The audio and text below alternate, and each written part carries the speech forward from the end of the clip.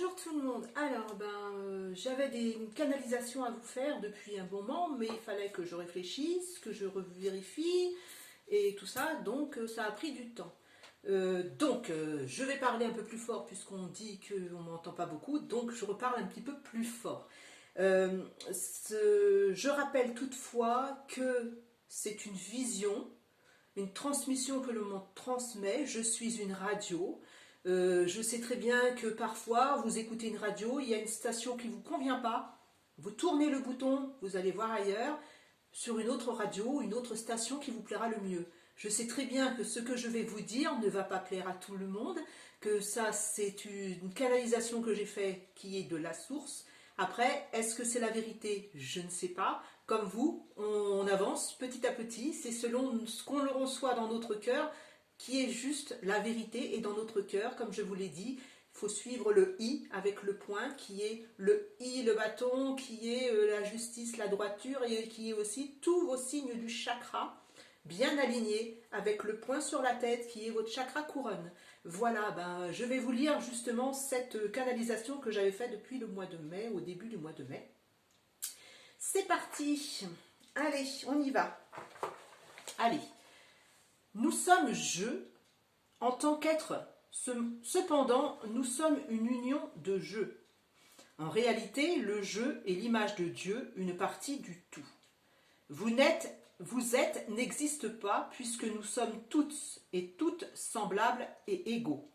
Vous devez comprendre que ce n'est qu'une conclusion de ce qui a été depuis des temps inexorables la perception de l'illusion dans laquelle vous vivez. Les vérités sont autres que celles que vous pensiez. Les vérités sont différentes. Les vérités sont la réalité d'un grand tout qui a créé votre race humaine pour satisfaire au plaisir de créer l'amour, l'union, l'unité, malgré sa diversité.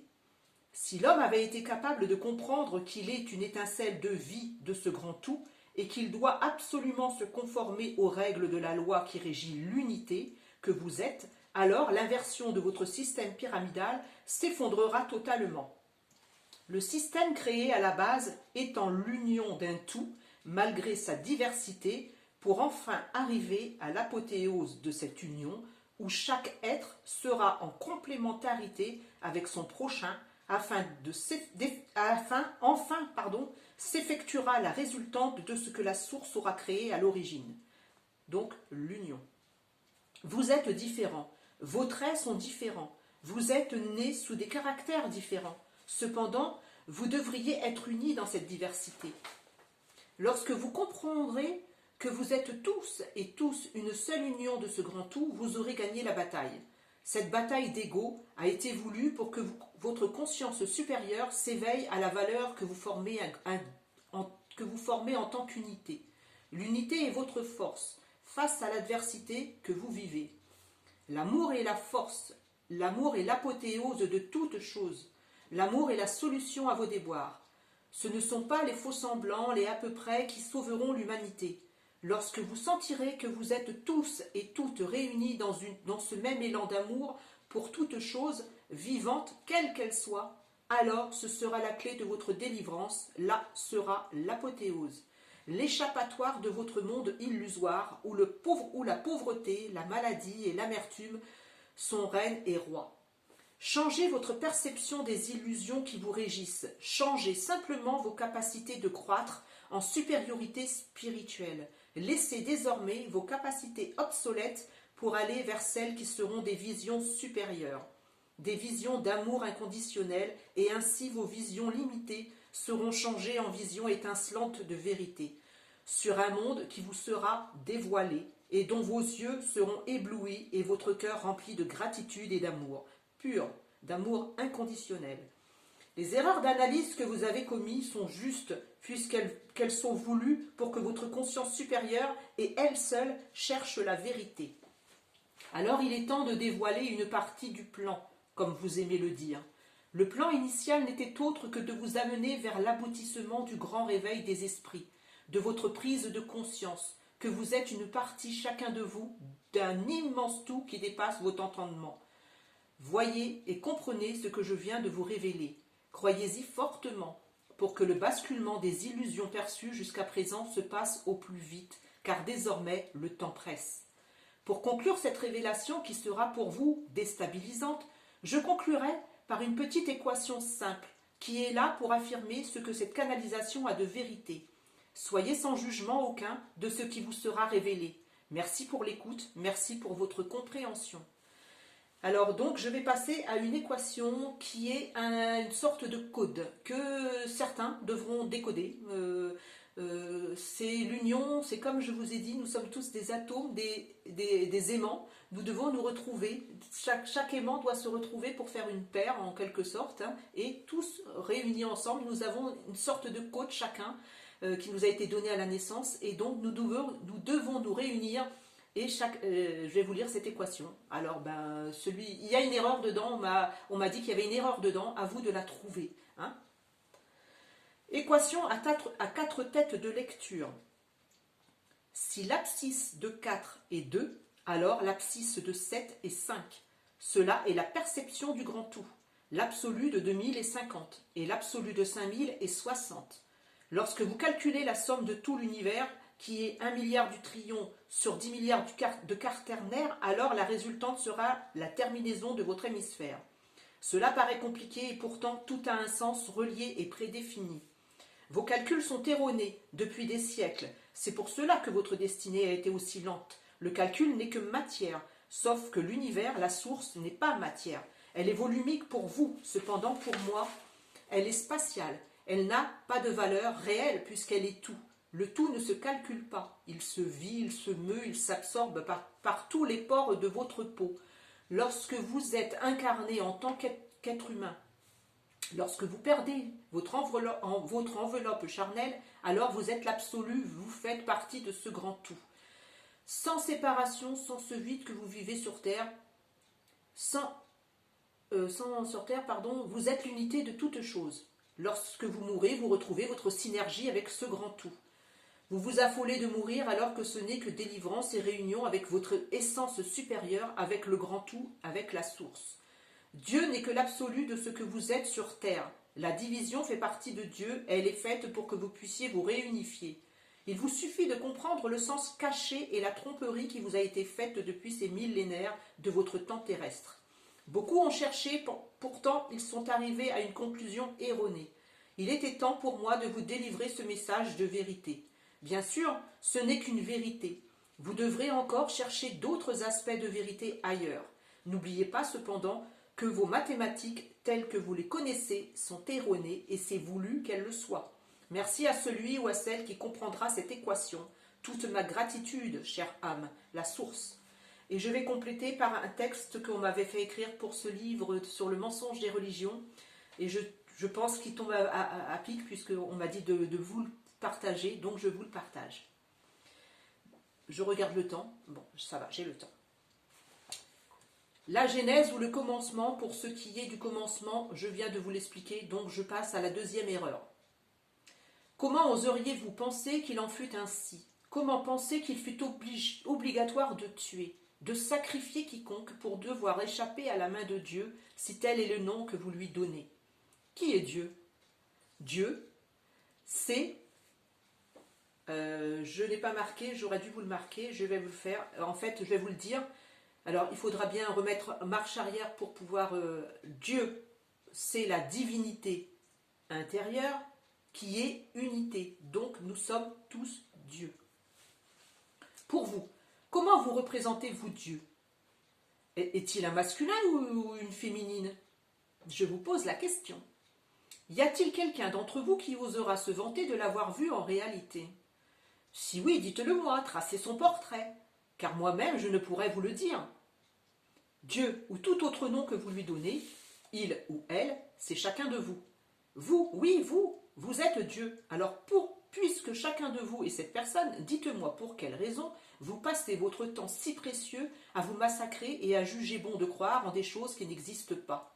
Vous êtes sur cette planète les seuls créateurs. Vous êtes tout et vous êtes unique en vérité. Vous faites partie du tout. Vous êtes reliés les uns aux autres. Je suis la source, celle qui a construit votre monde, afin que nous soyons unis, en une seule énergie, une énergie positive de création, mais surtout pas pour que cette énergie soit la résultante d'une énergie de destruction. Je vous le dis de nouveau, vous ne devez tuer personne. Nul n'a le droit de tuer. La mort est un processus naturel, un mécanisme bien huilé qui vous permettra un enchaînement vers autre chose. Elle ne doit en aucun cas être provoquée par un autre être humain. Nul n'est apte à se faire juge. Aucune condamnation ou autre procès de votre part ne doit se produire. Comprenez que chacun est relié à son frère, à sa sœur, à son père, à sa mère, enfin, et cela à l'infini en réalité. Vous êtes lui, vous êtes moi, je suis vous. Alors dites-moi pourquoi, oui, pourquoi tant de mépris contre votre voisin, un ami, un parent ou même contre un inconnu? Est-il juste de s'en prendre à une personne qui est en réalité vous? Je pense que non. Lorsque vous aurez compris que ce que j'essaie de vous dire, vous aurez tout assimilé et vous comprendrez le désordre que vous avez causé. Il n'y a aucune violence à distiller contre qui que ce soit, puisque si vos agissements font du mal à vos semblables, n'est-il pas juste que vous vous fassiez du mal à vous-même? J'insiste sur cela. Vous traînez ce boulet depuis des lustres. Vous vous étripez pour des croyances imaginaires, des croyances qui vous ont été dictées et imposées dans l'unique but de vous maintenir sous une doctrine. Vous vous transformez par cette dévotion en de gentils petits agneaux sans la moindre opinion, complètement incapables de réagir et encore moins de vous opposer. Vous devenez ainsi les partisans de ces croyances qui n'ont comme utilité que celle de vous freiner et de stopper votre évolution. Selon vous, si vous deviez créer votre propre vie de rêve, comment vous voudriez qu'elle soit? Vous voudriez qu'elle soit générée par d'éternels jugements, d'éternel manque de générosité?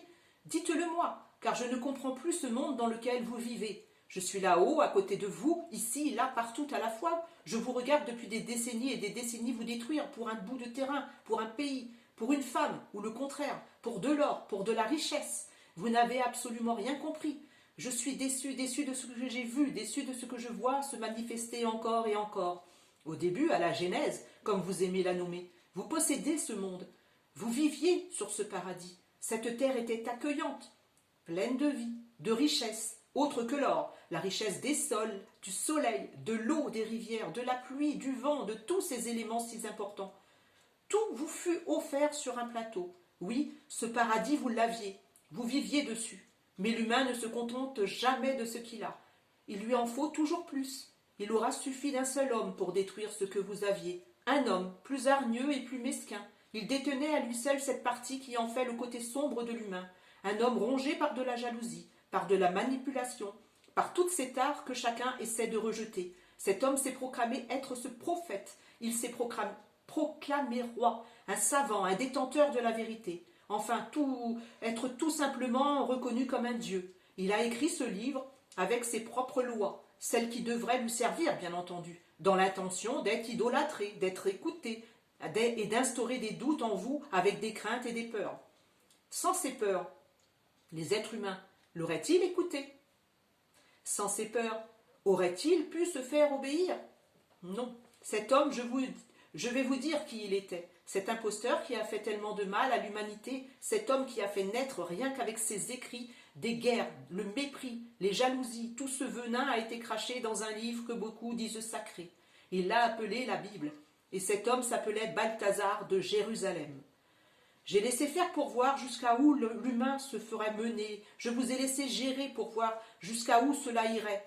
N'ayant pas de temporalité, je suis là, je vais là, je veux, et cela dans toutes, je viens, je vais dans toutes les directions, puisque le temps n'existe pas là où je suis.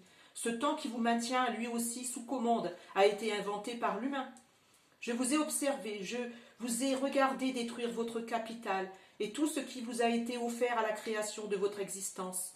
Tout, entendez-moi bien, tout a raison d'être. Tout ce qui est sur votre planète a sa raison d'être. Nul ne peut la sacrifier pour des croyances ou pour s'enrichir. Rien ne mérite d'être brisé par vos mains. Chacun détient en lui son propre cycle de sa vie.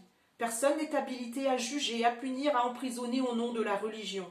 Entendez bien que si vous vivez dans l'amour, rien de cela ne le justifiera.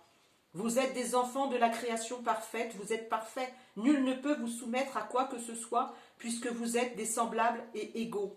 Ne vivez pas dans la peur, car elle engendre des imperfections, elle fera ressortir de vous vos côtés noirs et sombres. Tout n'est qu'illusion, vous créez ce que vous voulez être. Certes, vous explorez un monde de dualité, ce n'est pas pour autant qu'il vous faut basculer à chaque instant vers le côté le plus déplaisant.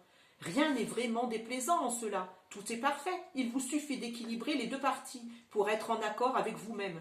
Comment voudriez-vous ressentir intensément l'amour si vous n'avez pas vécu auparavant la haine? Comment pourriez-vous ressentir la joie si vous n'avez pas auparavant ressenti la tristesse? Tout a sa raison d'être. Tout doit être juste. S'il y a des peurs ou des croyances limitantes, celles-ci bloqueront immédiatement cette justesse. Vous avez le choix de rétablir l'équilibre pour ne pas basculer vers cette violence et ne jamais dans ce cas-là connaître la douleur.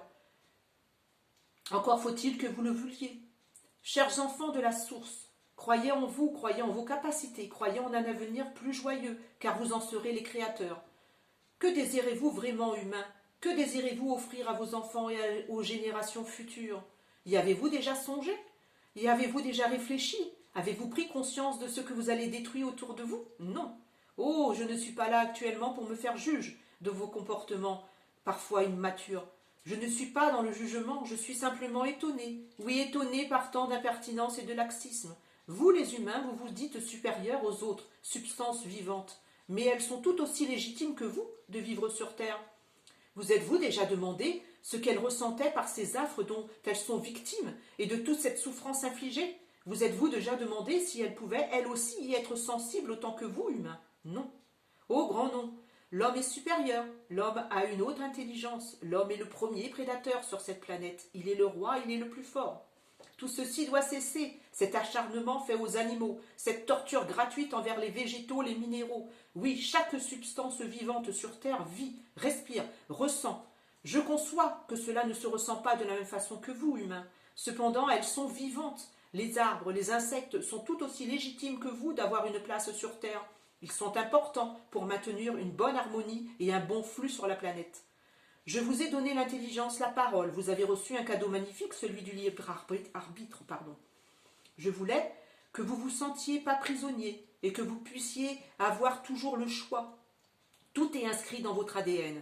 Vous détenez le savoir, les connaissances. Vous êtes une authentique œuvre, une création parfaite. Vous deviez respirer cet amour, cette joie d'exister, être le meilleur de vous-même, tout bonnement. Alors pourquoi avoir suivi ces écrits, cette Bible? Il est évident que ce livre ne correspondait en rien à vos valeurs, celles qui ont été enregistrées dans vos gènes. Je suis, nous sommes, une lumière pure. Croyez-vous vraiment que j'ai pu autoriser de la divulgation de paroles qui engendrent autant d'hostilité envers son prochain? Et ceci par de la persuasion, par de l'agressivité et par ce linceul d'immondisme? Bien sûr que non. Réfléchissez. Faites taire votre mental un moment. Écoutez en vous, écoutez les pulsations de cet organe vital qui est votre cœur. Pensez-vous que ce soit moi qui ai insufflé ces mots? Vous êtes des personnes incarnées pour rayonner l'amour, pour vibrer de l'amour. Non, ces mots ne peuvent en aucune façon être ceux de la source, en aucune façon. Je me dissocie entièrement des paroles qui sont inscrites à jamais. Entendez-moi, jamais je n'aurais accrédité ce manuscrit, jamais je n'aurais employé un langage aussi fanatique, je vous le certifie. Votre libre arbitre vous a été alloué pour que vous soyez libre de vos actes, dans l'optique de prodiguer au fur et à mesure de votre évolution beaucoup d'humilité et beaucoup plus d'amour. Cependant, je n'aurais jamais soupçonné qu'en vous apportant cette opportunité de recevoir ce libre arbitre, il y ait un tel glissement vers la déchéance. Si seulement j'avais pu prévoir ce dérapage, mais chacun fait des erreurs, vous avez maintenant le pouvoir de les réparer. J'ai œuvré pour que tout soit parfait. J'avais omis l'hypothèse que parfois l'élève veut remplacer le maître et que cet élève aurait l'ambition de se prendre pour le Créateur. En ce jour, je vous ai promis de vous dire toute la vérité. C'est ainsi que je vous demande pardon. Je note votre méfiance et je ressens du doute. Pourtant, je suis la source et je fais à ce jour acte de diligence. Je vous ai souvent demandé de pardonner car c'est en pardonnant qu'on se pardonne à soi-même. Vos guides, qui sont autour de vous à chaque seconde, vous ont souvent demandé d'entreprendre cette action, qui, j'en prends conscience, a dû être pour certains d'une extrême difficulté à accomplir selon la gravité de vos blessures. Néanmoins, elle en demeure nécessaire pour grandir. Alors, en ce jour, j'exprime à mon tour avec humilité une requête, et celle-ci serait que vous me pardonniez. Toutes les vérités doivent être dites. Je ne me cacherai plus, j'ai failli à mon devoir. J'ai fait preuve de laxisme, moi aussi. Je vous demande pour cela de me pardonner. Ce pardon ne sera pas pour moi, mais pour nous. Nous devrons plus que jamais œuvrer ensemble, dans une unité absolue. Une grande partie de vous œuvre déjà pour éclairer la voie par sa lumière sacrée. En ce jour, je vous le dis, avec une infinie gratitude, et je vous le répète autant de fois qu'il en sera apodictique, merci, merci, merci. Je constate une certaine déception par cette nouvelle révélation, et pourtant, cela devait vous être confié. Voilà. Voilà cette lecture. Ben, j'espère que je n'aurai pas été coupée. Je m'arrête là parce que j'ai ma vidéo qui ne dure que 20 minutes, malheureusement. Je vous ferai parvenir des révélations un peu plus tard. Pour l'instant, ben, j'ai voulu que celles-là, elles étaient un petit peu importantes. Il fallait vous les dire. Je sais que c'est long à écouter, mais écoutez avec votre cœur. Merci à vous en tout cas. Merci infiniment. Toute ma gratitude à vous tous. Merci beaucoup. Au revoir. Je vous embrasse.